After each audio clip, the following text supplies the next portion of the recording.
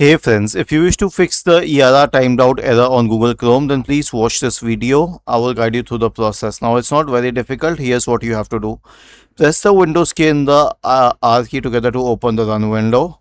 In the run window, type the command inetcpl.cpl and hit enter to open the Internet Properties window. Go to Connections, LAN Settings, check the box associated with Automatically Detect Settings and uncheck the box associated with Proxy Server. Click on OK and OK once again. Now this should help in most of the cases, but if it doesn't, then simply search for Chrome in the Google search bar and then click on these three dots here. Select Settings, Reset Settings, Restore Settings to Original Default and reset it. This should usually solve the problem, but if it does not, then the issue is most probably with the internet connection.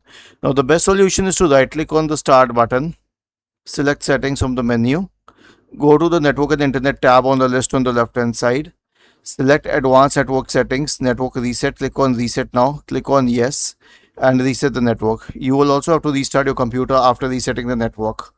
Was this helpful? If yes, then please subscribe to the channel. If not, then let us know in the comment section of the video on how we could help you further. Thank you for watching this video and have a nice day.